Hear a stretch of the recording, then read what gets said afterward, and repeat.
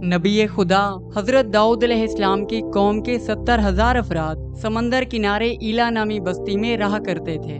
उन लोगों को अल्लाह ने हजारों नेमतों से नवाजा था, लेकिन जब राहत व सुकून मिला तो वो अल्लाह की इबादत से महरूम हो गए और अल्लाह की मखलूकात पे जुल्म करने लगे।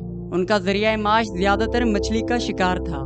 तो यूं खुदावंद मुतआल ने उन्हें खबरदार किया कि हफ्ते में एक दिन हफ्ते के रोज शिकार ना किया करो। एतवार से लेकर जुमे तक जितना शिकार पकड़ना है पकड़ लो, लेकिन एक दिन अल्लाह की इबादत और मखलूकात से अमन के लिए मुख्तस करो। यूं खुदावंद मुतआल ने उनका इम्तिहान लेना शुरू कर दिया। वो लोग एतवार से लेकर जुमा तक समंदर में से मछलियां पकड़ने लगते तो मछलियां ज्यादा मिकदार में हाथ ना आती, और हफ्ते के दिन समंदर को देखते तो उनको बड़ी बड़ी मछलियां नजर आने लगती। उन लोगों में से एक शख्स को शैतान ने वर्गलाया कि तुम परेशान क्यों होते हो, मेरी तरकीब पे अमल करोगे तो कभी शिकार से महरूम नहीं रहोगे। तो बस शैतान के कहने पर उस शख्स ने एक कांटा लगाकर डोरी को समंदर में फेंक दिया। शैतान ने उस शख्स से कहा, इस मछली को एतवार के दिन निकालना और यूं हफ्ते की हुर्मत भी बाकी रहेगी और तुम्हारा शिकार भी हो जाएगा।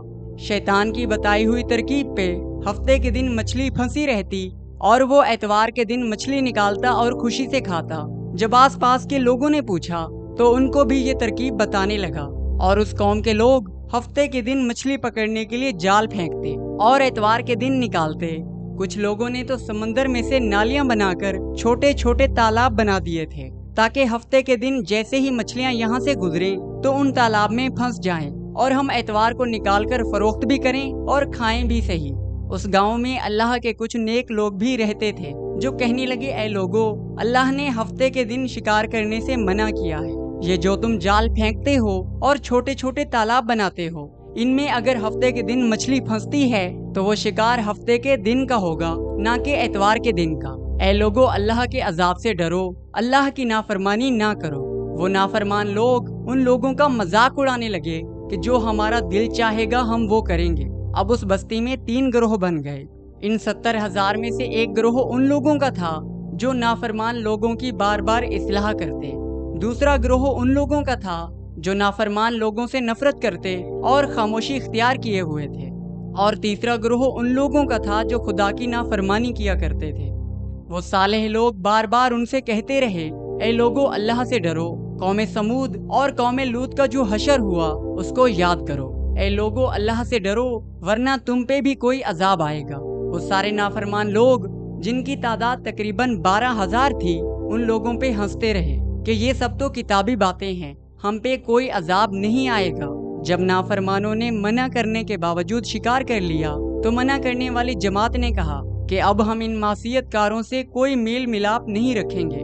यूं खुदा के नेक बंदों ने गाँव को तकसीम करके दरमियान में एक दीवार बना ली और आमदो रफ्त का एक अलग दरवाजा भी बना लिया।